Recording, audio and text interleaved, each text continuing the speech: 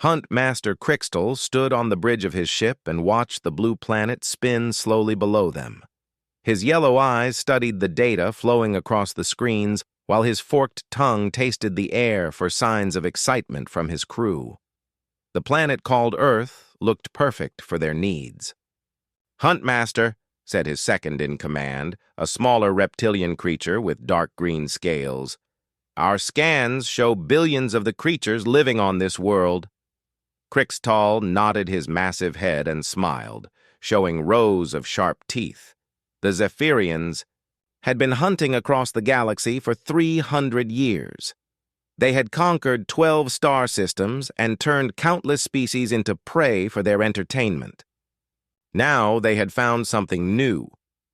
The humans looked weak from their scans. They had soft pink skin with no scales for protection. They had small teeth that could barely tear meat. Their limbs were thin and looked easy to break. Most importantly, they seemed to live in peace with each other. Perfect prey always lived in peace. "Send word to the High Council," Crixtal ordered. "Tell them we have found a new hunting ground." 3 days later, Captain Jake Morrison received the strangest message of his career. His ship, the New Horizon, was returning from a mining survey when his communications officer picked up signals from an unknown source. The signals were clearly artificial, but unlike anything in human databases. Jake was a calm man who had spent 15 years exploring space for the Colonial Survey Division. He had short brown hair and steady green eyes that never showed panic. His crew trusted him because he always made smart choices. When the alien signals appeared, he knew this moment would change everything. "Captain," said his communications officer, a young woman named Betty Walsh, "they're trying to establish contact. The computer is working on translation." Jake nodded and moved to the main screen. "Let's see what they want to say."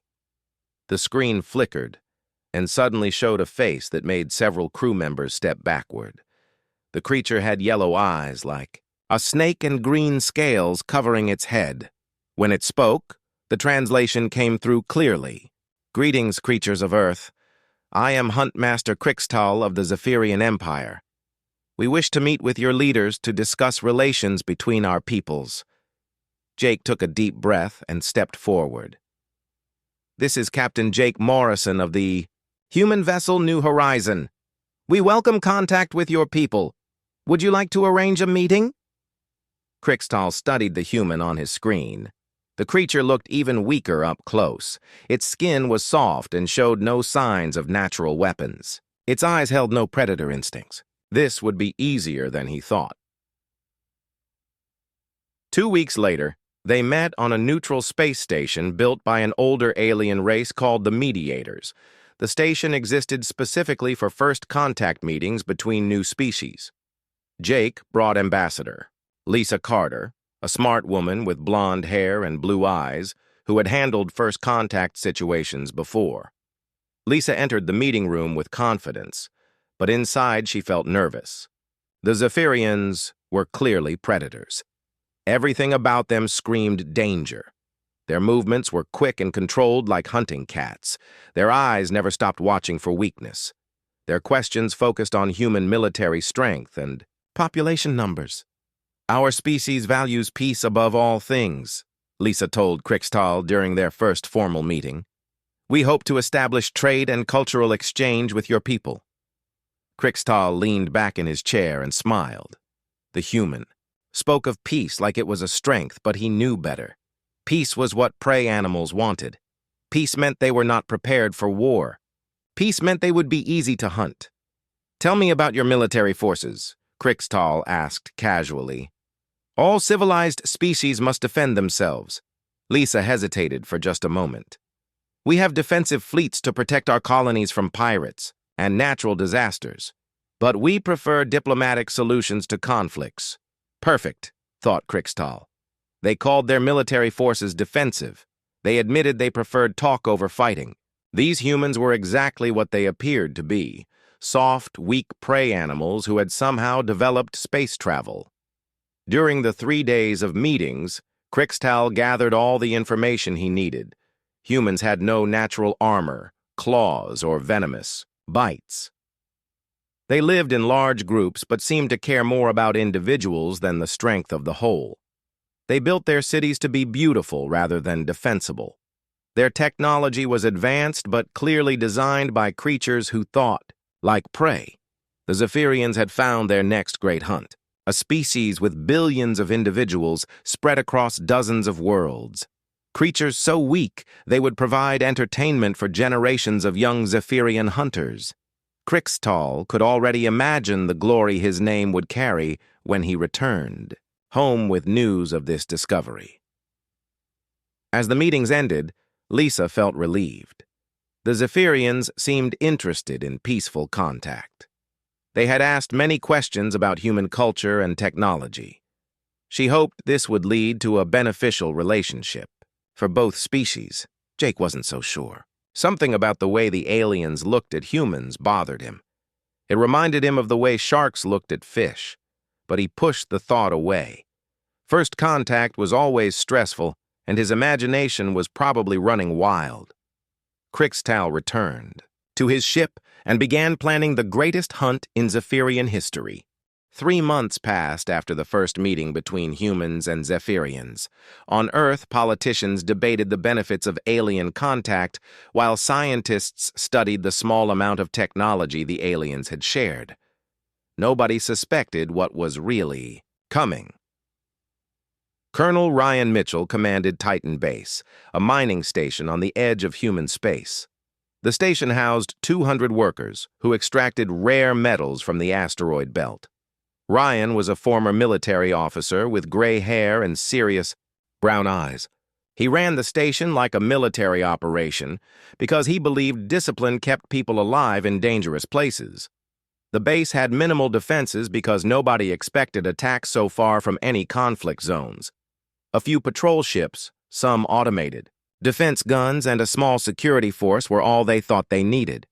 Pirates occasionally caused trouble, but nothing the station couldn't handle. Pete Johnson worked as the head foreman for the mining crews. He was a big man with thick arms and calloused hands from 20 years of hard work in space. The miners respected him because he never asked them to do anything he wouldn't do himself. When equipment broke down, Pete fixed it. When quotas seemed impossible, Pete found a way to meet them. Amy Rodriguez served as the chief mining engineer. She was a small woman with dark hair and quick hands who could repair anything mechanical. The other workers joked that Amy could fix a broken machine just by looking at it angry enough. She had designed most of the mining equipment improvements that made Titan Base so productive. Danny Brooks handled communications for the base. He was young and eager, always volunteering for extra duties. Danny kept in contact with Earth and other colonies, making sure supply ships arrived on time and emergency messages got through. His job seemed simple, but everyone knew how important good communications were for isolated stations. On the morning the Zephyrians arrived, Ryan was reviewing production reports when alarms started screaming throughout the base. Danny's voice came over the intercom, tight with fear.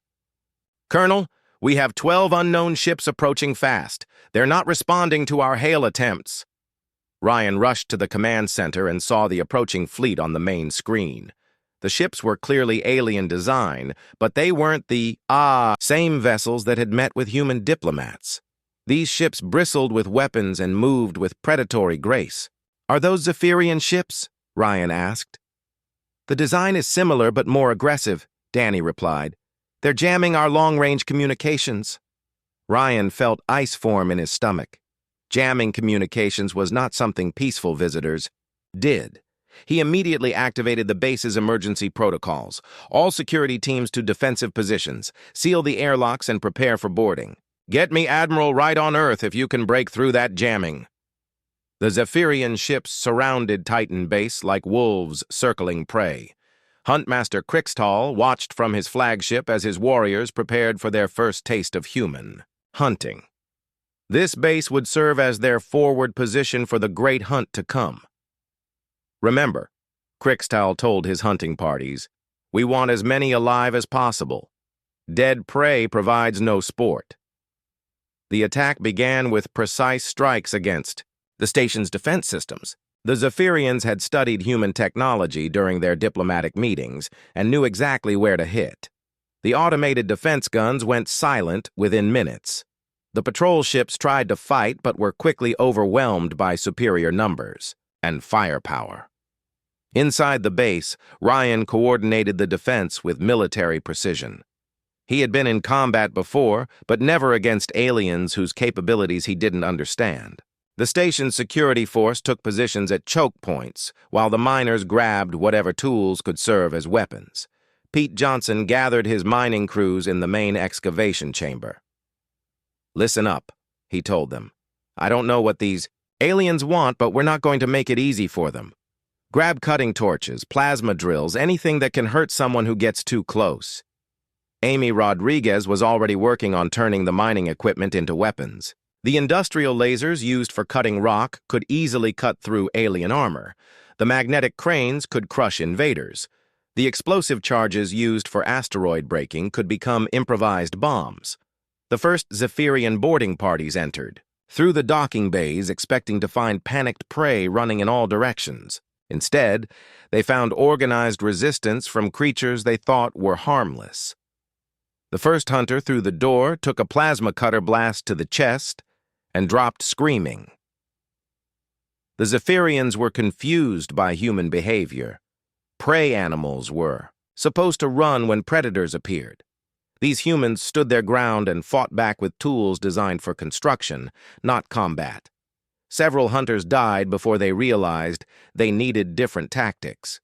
Danny Brooks worked frantically to break through the communication jamming. He rerouted power through backup systems and tried different frequencies.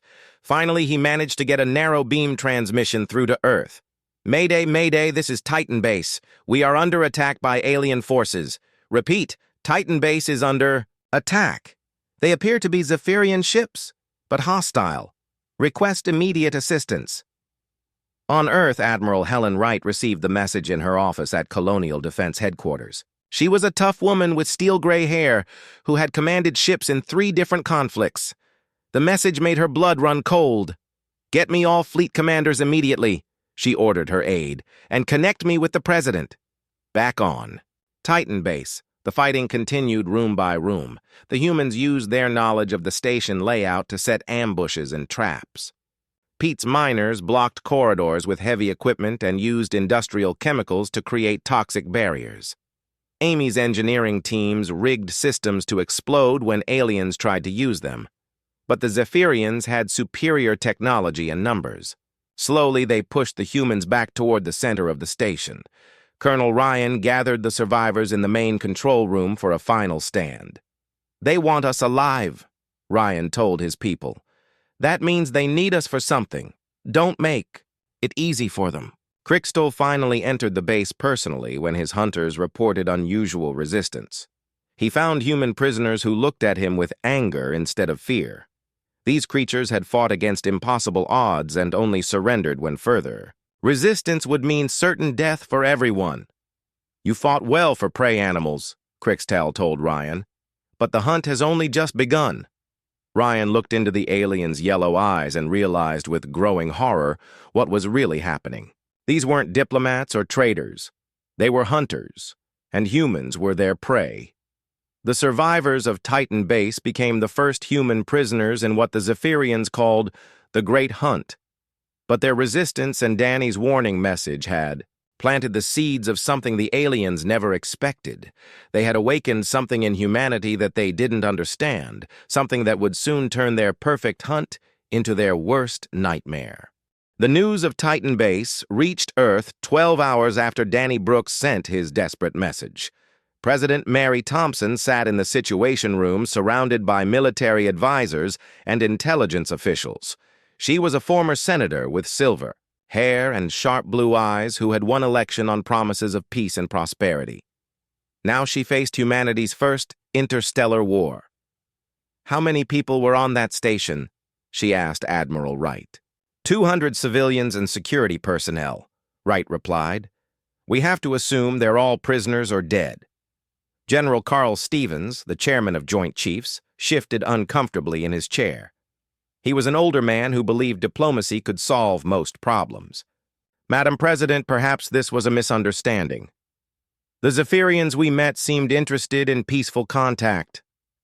President Thompson looked at the tactical displays showing 12 alien warships occupying the Titan system. "This doesn't look like a misunderstanding, General. Admiral Wright, what are our options?" Wright pulled up fleet deployment charts on the main screen. "We have the Third Fleet conducting exercises near Jupiter. That's our closest significant force. Commander Alex Patterson is in charge of the destroyer Vengeance and 5 escort ships." "How long to reach Titan?" Thompson asked. 18 hours at maximum burn." The president stood and walked to the window overlooking Washington, D.C. below. Millions of people went about their daily lives, unaware that humanity faced its first existential threat from space. She had studied history and knew that some moments changed everything. This was one of those moments. "Issue general mobilization orders," she said quietly. "Every reserve unit, every mothballed ship, every defense station. And get me a direct line to Commander Patterson." Admiral Wright nodded grimly. She had fought pirates and separatists, but never aliens whose capabilities remained unknown. What about the diplomatic channels? Ambassador Carter could try to contact their leadership. "Do it, but prepare for the worst. If they wanted to talk, they wouldn't have attacked a mining station."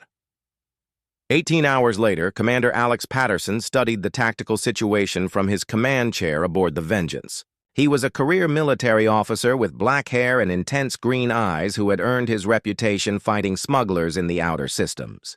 His ship and escorts represented the most modern vessels in the human fleet. The Zephyrians had turned Titan base into a forward operating post. Their ships patrolled the system while smaller craft ferried supplies and equipment to the captured station. Patterson counted enemy vessels and tried to understand their capabilities. "Their ships are larger than ours," reported his tactical officer, Lieutenant Sarah Kim. "But they seem designed for intimidation rather than efficiency." "Lots of decorative spikes and aggressive angles," Patterson nodded. "Predator species often focus on appearance to frighten prey. What about their weapons?" "Energy-based, similar power levels to our systems, but their targeting seems designed for disabling rather than destroying. They want to capture, not kill." That gave Patterson an idea. Humans had learned warfare by fighting each other for thousands of years. They understood that sometimes the goal was not just victory, but sending a message. If the aliens wanted to capture humans, then human tactics needed to make capture as costly as possible. Meanwhile, inside Titan Base, the surviving humans had been divided into small groups and placed in holding areas. Kate Miller, Amy Rodriguez's assistant engineer, found herself locked in a storage room with 12 other survivors.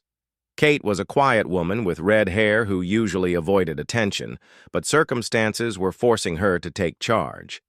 "They're using our own systems against us," she whispered to the others. "But I helped design the maintenance tunnels. If we can reach the power distribution center, we can make their lives very difficult." Pete Johnson, despite a wounded shoulder from the initial battle, became the group's muscle. "What do you need me to do?" Kate pulled out a maintenance tablet she had hidden during capture. "The aliens don't understand our backup systems. They're only monitoring primary power feeds. If we can access the secondary networks, we can control lights, air circulation, even some of the automated systems." Over the next several hours, Kate's group began their own private war against their captors. They used maintenance shafts to move around the station unseen. They redirected airflow to make certain areas uncomfortable. They caused lights to flicker and doors to malfunction at random intervals.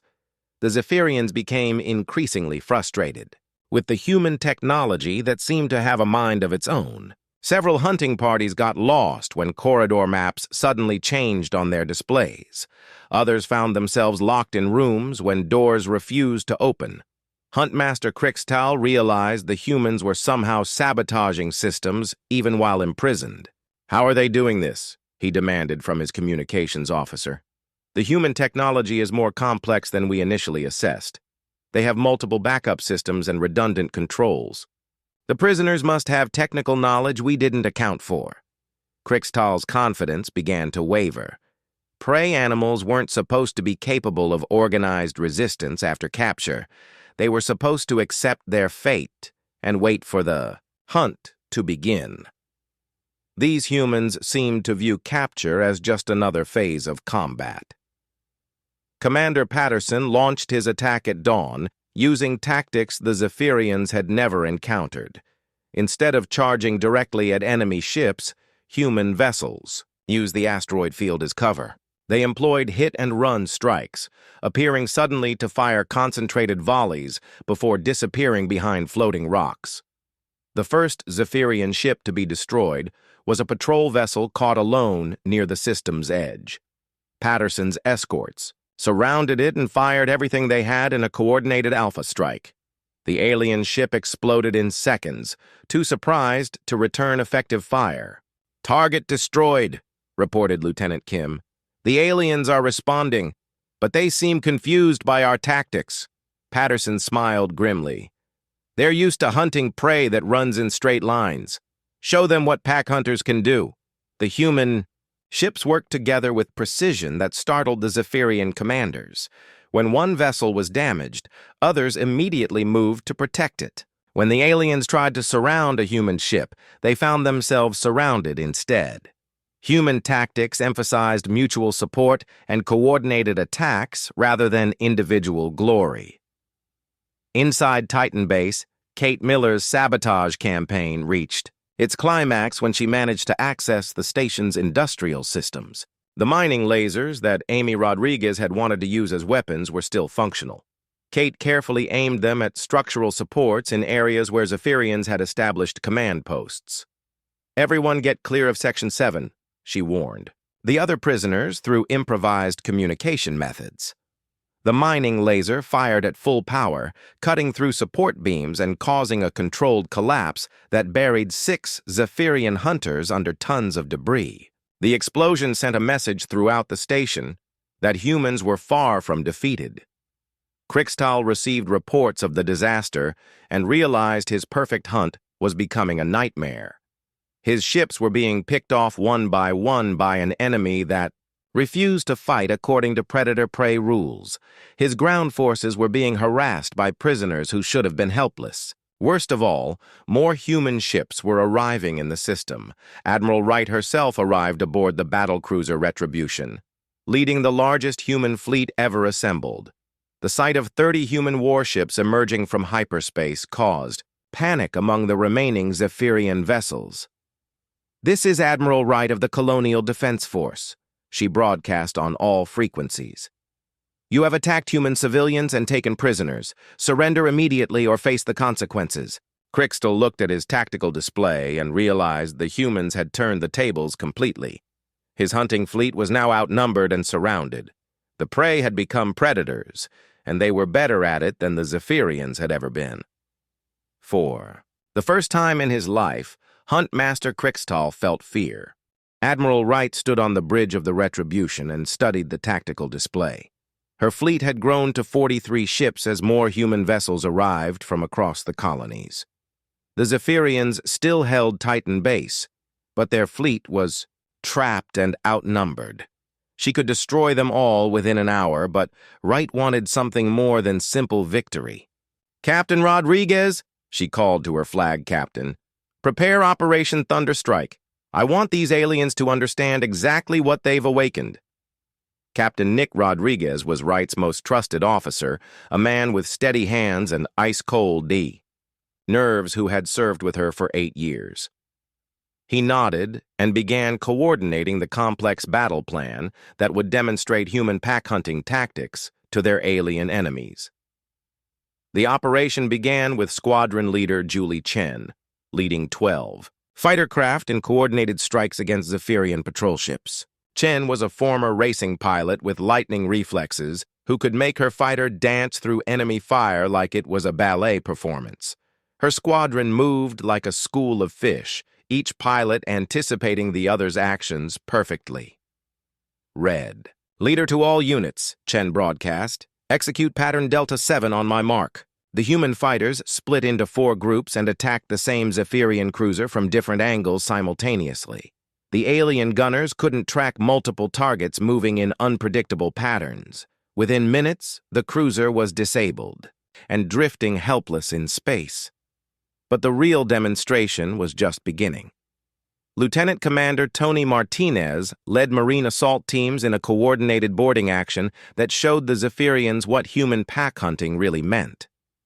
Martinez was a career soldier with scars from a dozen battles who understood that sometimes victory required personal sacrifice for the good of the group. "Remember," Martinez told his Marines as they prepared to board captured Zephyrian ships, "we're not just fighting for ourselves. We're fighting for every human who might face these aliens in the future." The Marines used breaching pods to simultaneously attack 6 different Zephyrian vessels. But instead of trying to capture the ships, their mission was to rescue human prisoners and demonstrate human tactical superiority. Each boarding team worked together with seamless coordination, covering each other's movements and sharing information instantly. The Zephyrians found themselves facing an enemy that thought completely differently than any species they had encountered. When human Marines were wounded, others immediately moved to protect them. When ammunition ran low, soldiers shared their supplies without being asked. When one team encountered heavy resistance, nearby teams abandoned their own objectives to provide support. Huntmaster Crickstall watched his carefully planned hunt collapse into chaos. "How are they doing this?" he demanded from his tactical officer. "Their individual warriors are weaker than ours, but they fight like a single organism. Their communication systems are more advanced than we realized," the officer replied. "Each soldier knows what every other soldier is doing. They adapt their tactics in real time based on shared information." On Titan Base, the rescued prisoners led by Kate Miller had turned the station into a death trap for their former captors. Bobby Thompson, a maintenance worker who had served in the Colonial Marines before retirement, coordinated the prisoner resistance with military precision. Thompson was a big man with graying hair who had hoped his fighting days were over. "The aliens control the main corridors," Thompson explained to the other prisoners, "but we control everything else. Maintenance, shafts, utility tunnels, service crawlways. We can move anywhere while they're stuck on the main routes." The prisoners used their intimate knowledge of Titan Base to launch guerrilla attacks that drove the Zephyrians to distraction. They would appear suddenly to attack isolated guards, then vanish into the maintenance systems before reinforcements arrived. They sabotaged life support in alien-controlled areas, forcing the hunters to waste time and resources on basic survival. Amy Rodriguez, freed during the Marine assault, immediately went to work turning every piece of mining equipment into a weapon. Her engineering expertise, combined with burning anger over the treatment of her people, produced innovations that surprised even the human military. "We can use the asteroid processing systems as mass drivers," she explained to Admiral Wright during a tactical conference. "Launch chunks of rock at their ships with enough velocity to punch through their hulls." Wright smiled at the suggestion. "Do it. Show them what human engineering can accomplish when we're properly motivated." Meanwhile, human scientist Dr. Robert Kim studied captured Zephyrian technology and biology aboard the research vessel Discovery. Kim was a quiet man with thick glasses who usually avoided violence, but the alien attack on civilians had awakened a cold fury in him that surprised everyone who knew him. "Their neural systems are more primitive than ours," Kim reported to Wright. "They rely heavily on instinctive responses.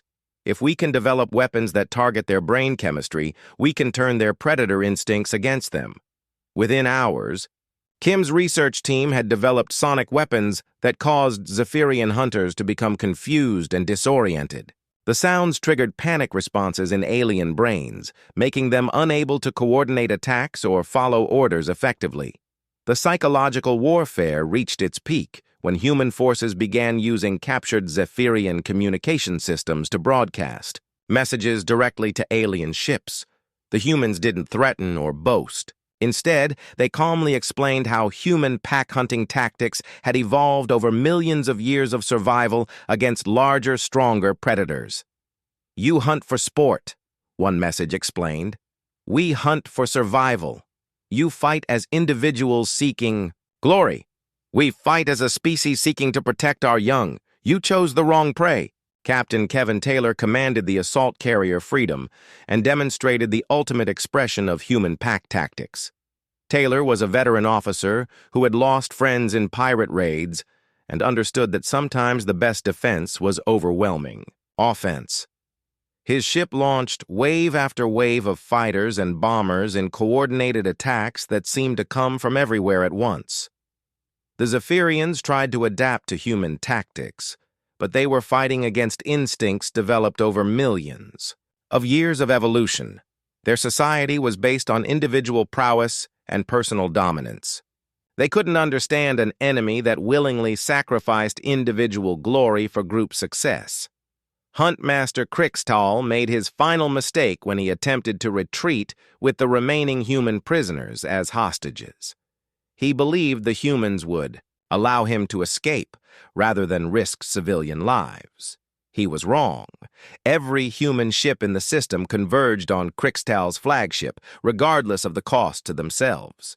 2 human destroyers deliberately rammed Zephyrian escort vessels, sacrificing themselves to clear a path for rescue ships. A squadron of fighters flew suicide missions to disable the alien flagship's weapons, knowing they wouldn't survive the attack.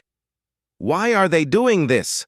Crixtall screamed as his ship was torn apart around him.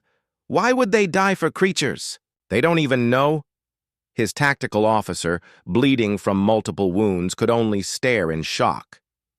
"They're not fighting like predators or prey. They're fighting like something else entirely." The battle ended with the complete destruction of the Zephyrian hunting fleet, but the real victory was the message it sent across the galaxy.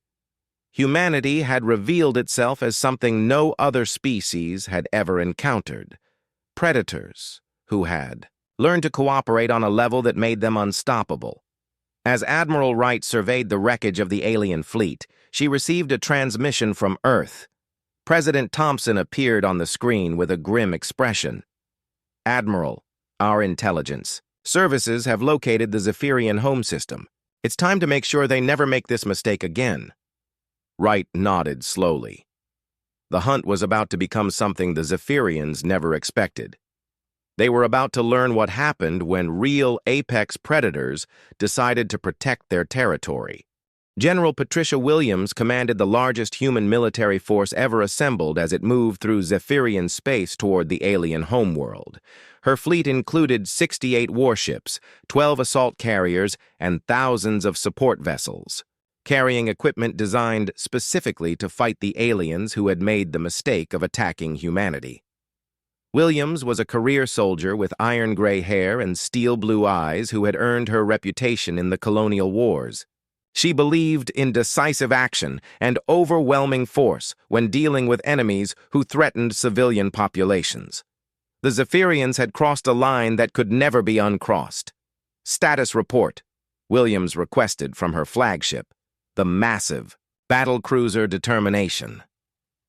Colonel Steve Parker, her chief intelligence officer, pulled up the tactical displays showing their advance through alien territory. Parker was a lean man with sharp features who specialized in understanding enemy psychology and tactics.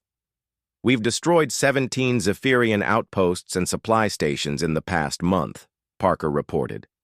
"Their response pattern suggests they're not accustomed to being on the defensive. They keep trying to set up ambush points like they're still hunting us." Williams nodded grimly. "They don't understand that the hunt has reversed. What about their civilian populations? Evacuating ahead of our advance. Intelligence suggests they're moving non-combatants to their core systems while trying to establish defensive positions around their industrial worlds." The human advance had become a systematic demonstration of what happened when a truly predatory species decided to eliminate a threat. Unlike the Zephyrians, who fought for sport and individual glory, humans fought with the cold efficiency of creatures who understood that survival sometimes required the complete destruction of enemies. Captain Nancy Foster led deep strike missions that penetrated far into Zephyrian space to attack targets the aliens thought were safe. Foster commanded the stealth destroyer Shadow Hunter and specialized in psychological warfare that turned alien strengths into weaknesses. "Remember," Foster told her crew as they approached a Zephyrian breeding colony, "we're not here to kill civilians. We're here to demonstrate that nowhere is safe if they choose to threaten human worlds."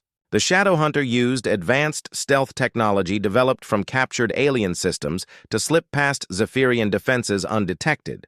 Foster's mission was to plant monitoring devices and transmitters that would let human intelligence track Zephyrian movements while broadcasting carefully chosen messages. "This is Captain Foster of the human military," her transmission began. "Your leaders chose to hunt our people for sport. Now you learn what it means to be hunted by creatures who evolved as both predator and prey.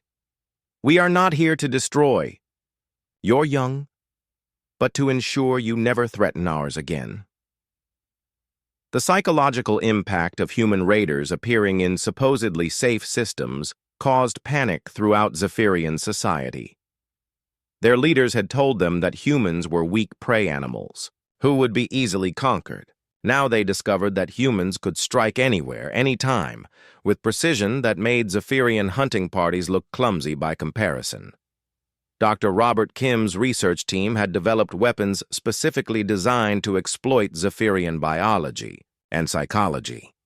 Working from the captured ship laboratory vessel Innovation, Kim created tools that turned alien predator instincts against them in devastating ways. "Their neural chemistry is triggered by specific sound frequencies," Kim explained to General Williams during a strategy briefing.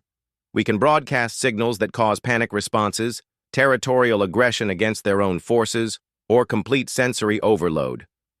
The weapons were deployed during the assault on Zephyr Station, a major military installation that controlled 3-star systems. Human forces didn't try to capture the station. Instead, they used Kim's sonic weapons to turn the alien defenders against each other, while human ships systematically destroyed the facility's ability to threaten human colonies. Lieutenant Colonel Grace Martinez led ground forces in the assault on Zephyrian military installations, demonstrating human infantry tactics that bewildered alien defenders. Martinez was a combat veteran who understood that human soldiers fought differently than any other species in the galaxy. "They expect individual challenges and personal combat," Martinez explained to her troops. "Instead, we give them coordinated team tactics they can't understand or counter. Remember, we don't fight for personal glory. We fight to eliminate threats to our families." The human ground assault used tactics that seemed impossible to Zephyrian military thinking. Soldiers willingly exposed themselves to enemy fire to create opportunities for their teammates. Units shared ammunition, equipment, and even medical supplies without being ordered to do so. When one soldier was wounded, others immediately risked their lives to provide aid. Most confusing to the Zephyrians was the human willingness to sacrifice tactical advantages for the safety of non-combatants. Human forces went out of their way to protect alien civilians, even when doing so made military operations more difficult and dangerous. On the Zephyrian homeworld, Supreme Predator Vexmoth convened the High Council of the Hunt to address the disaster that their great hunt had become. Vexmoth was ancient even by Zephyrian standards, with scales that had turned silver with age and eyes that had seen the conquest of 12 species. "How did we misjudge these humans so completely?" Vexmoth demanded from his assembled war leaders. Huntmaster Wrathcole, one of the few survivors from the Titan system, struggled to find words. "They don't fight like any species we've encountered. They don't seek individual dominance or territorial control. They fight like a single organism protecting its offspring." "Explain," Vexmoth commanded. "When we attack one human, others immediately move to protect it, even at the cost of tactical advantage. When we threaten their civilians, their military forces become exponentially more effective. When we tried to use prisoners as hostages, they sacrificed themselves to prevent escapes. They don't fight like predators or prey. They fight like something else entirely." The High Council struggled to understand reports from the front lines. that made no sense according to traditional Zephyrian military thinking. Human forces that should have been demoralized by losses instead became more determined. Human soldiers who should have competed for glory instead worked together with seamless efficiency. Human commanders who should have sought personal victory instead focused on eliminating threats to their species. General Williams received updated intelligence reports as her fleet approached the final Zephyrian defensive line. The aliens had assembled their remaining military forces in a desperate attempt to protect their homeworld, but their tactics still reflected fundamental misunderstanding of human capabilities. "They're trying to force us into individual ship-to-ship combat," reported Captain Jennifer Hayes, Williams' naval intelligence chief. Hayes was a former starfighter pilot who understood both space combat and alien psychology. "They still think we fight for personal glory like they do," Williams replied. "Show them what coordinated fleet action looks like." The final approach to the Zephyrian homeworld became a masterclass in human military coordination. Instead of the glorious individual battles the aliens expected, they faced wave after wave of precisely coordinated attacks that overwhelmed their defenses through sheer tactical superiority. Human ships worked together like schools of fish or flocks of birds, each vessel anticipating the actions of every other vessel in real time. When Zephyrian forces tried to focus on individual human ships, they found themselves surrounded and outgunned by coordinated response from the entire fleet. The battle for the Zephyrian homeworld lasted 18 hours and ended with the complete collapse of alien military resistance. But the real victory was psychological. The species that had terrorized their sector of the galaxy for centuries had been defeated by creatures they had dismissed as weak prey animals. Supreme Predator Vexmoth sent a desperate transmission to General Williams as human forces took orbital control of his homeworld. "We surrender," the ancient alien leader said. "We acknowledge defeat and request terms." Williams studied the alien leader on her screen and realized this was the moment that would define humanity's future relationship with the galaxy. Her response would determine whether humans became the new apex predators or something different entirely. "You attacked our civilians," Williams said quietly. "You treated our people as prey for your entertainment. Now you learn the consequences of awakening something you didn't understand. But unlike you, we don't hunt for sport."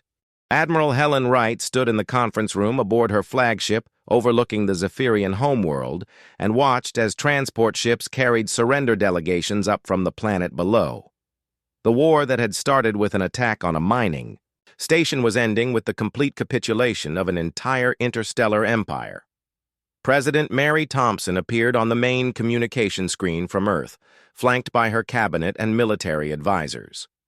The weight of recent months showed in her silver hair and the lines around her eyes, but her voice remained steady and strong. "Admiral Wright, the galaxy is watching how we handle this situation. Our response will determine humanity's reputation among the stars for generations to come." Wright nodded solemnly. Through the conference room windows, she could see the massive Zephyrian homeworld spinning slowly below them. Billions of alien lives hung in the balance, dependent on decisions made by creatures they had dismissed as prey animals just months before. Captain Kevin Taylor entered the conference room leading a small group of officers. Taylor commanded the assault carrier Freedom and had been chosen to coordinate the final negotiations with Zephyrian leadership.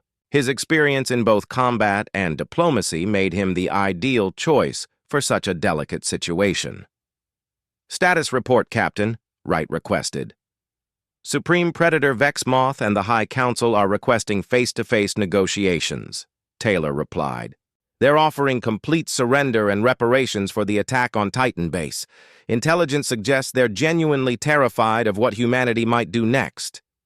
Ambassador Lisa Carter, who had survived the war despite being aboard diplomatic vessels that were targeted by Zephyrian hunters, joined the meeting via holographic projection. Her experiences had changed her from an optimistic diplomat into someone who understood the harsh realities of interstellar politics. "The other species in this sector are watching very carefully," Carter reported. "How we treat the Zephyrians will determine whether they see us as liberators or as the new threat they need to defend against." Wright considered the options before. Humanity. They could follow the Zephyrian example and become the new apex predators, ruling through fear and superior firepower. They could exact revenge for the civilians who had died in alien hunting parties. They could establish human dominance throughout this region of space, or they could choose a different path entirely. The first formal meeting took place on the neutral space station where Lisa Carter had initially met Huntmaster Crixtall. The irony was not lost on anyone present that the same location that had started the war would now witness its conclusion. Supreme Predator Vex Moth entered the meeting room flanked by his remaining council members. The ancient Zephyrian leader looked diminished and defeated, his silver scales dull with exhaustion and his yellow eyes filled with something his species had never experienced, genuine fear of extinction. Wright studied the alien leader who had authorized the hunting of human beings for sport. Part of her wanted revenge for the civilians who had died, for the prisoners who had suffered, for the terror these creatures had tried to inflict on her species. But revenge was not the human way when it came to building a lasting peace. "Supreme Predator," Wright began formally, "your species attacked our people without provocation and treated human beings as prey animals for your entertainment. By any measure of justice, we would be within our rights to respond in kind." Vexmoth lowered his great head in acknowledgement. "We understand, Admiral Wright. We await whatever punishment you deem appropriate." Wright leaned forward in her chair. "Your species made a fundamental error in understanding humanity. You saw our peaceful nature and interpreted it as weakness. You saw our cooperation and mistook it for inability to fight. You saw our compassion and assumed we couldn't be dangerous." The Zephyrian leader remained silent, waiting for the sentence that would determine the fate of his entire species. "But here's what you never understood," Wright continued. "True apex predators don't hunt for sport. They hunt to protect their territory and their young. They know when to fight and when to stop fighting. Most importantly, they understand that the strongest predators are those who build alliances rather than enemies." President Thompson's voice came through the communication system. "The terms of surrender are as follows. All Zephyrian military forces will be disbanded and their weapons turned over to human authorities. Reparations will be paid to the families of human casualties. Zephyrian space will be placed under human protection to ensure compliance with these terms." Vexmoth looked up in confusion. "Protection? We expected conquest or destruction." Wright smiled slightly. "That's because you still don't understand what humanity really is. We're not conquerors. We're protectors. Your species will be allowed to rebuild your civilization, but under human guidance to ensure you never again view other species as prey." The transformation of Zephyrian society began immediately. Human administrators, led by Colonel Patricia Williams, established new governmental structures based on cooperation rather than predation. Educational programs developed by Dr. Robert Kim taught young Zephyrians about the diversity of intelligent life in the galaxy. Captain Nancy Foster commanded the peacekeeping forces that maintained order during the transition. Her ships patrolled former Zephyrian space, protecting not only human interests, but also the smaller species that had been terrorized by alien hunting parties for centuries. The most dramatic change came when human engineering teams led by Amy Rodriguez began helping Zephyrian colonies develop sustainable technologies. The aliens had always taken what they needed through conquest and hunting. Now they learned to create and build rather than simply take. "It's remarkable," Rodriguez reported to Admiral Wright 6 months after the surrender. "Once you remove the predatory instincts from their decision-making process, they're actually quite intelligent. They just never learned to use that intelligence for anything except hunting." The response from other galactic species was swift and positive. Delegations from dozens of worlds that had lived in fear of Zephyrian expansion sent representatives to human colonies, eager to establish relationships with the new regional power. Ambassador Carter found herself busier than ever, negotiating. trade agreements and defense pacts with species who saw humanity as their protectors rather than their conquerors. The human reputation for protecting the weak and building alliances spread throughout the galaxy faster than any military conquest could have achieved. 1 year after the war's end, Wright returned to the rebuilt Titan base for a memorial ceremony honoring those who had died in the original attack. Colonel Ryan Mitchell, freed from Zephyrian captivity, stood beside her as they dedicated a monument to the miners and workers who had first resisted alien aggression. "Do you think we made the right choice?" Mitchell asked as they watched former Zephyrian hunters working alongside human engineers to improve the station's defenses. Wright considered the question while watching a young Zephyrian technician carefully explain human safety procedures to his alien colleagues. The creature's yellow eyes held curiosity rather than predatory hunger. His movements showed respect rather than dominance. "We had a choice between becoming apex predators or becoming something better," Wright replied. "History will judge whether we chose correctly." Huntmaster Crixtall, now serving as a cultural liaison between human and Zephyrian societies, approached them with a report on the integration programs. The former hunter had become one of the most effective advocates for peaceful cooperation between the species. "Admiral Wright," Crixtall said, his voice showing none of the arrogance that had once defined his species. "I have a question that troubles me." "Ask it." "Your species could have destroyed us completely. You had the power and the justification. Why did you choose to save us instead?"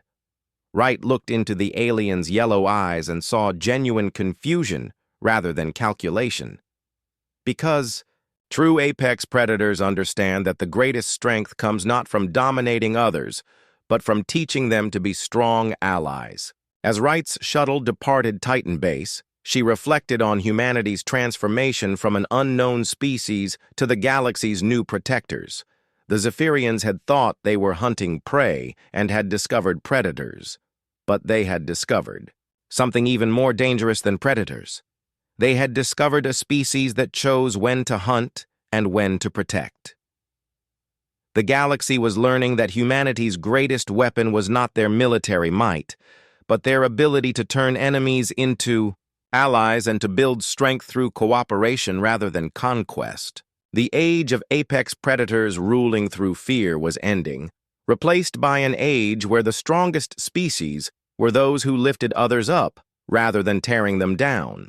And in that transformation, humanity had found not just victory, but a path to a future where strength served protection rather than domination.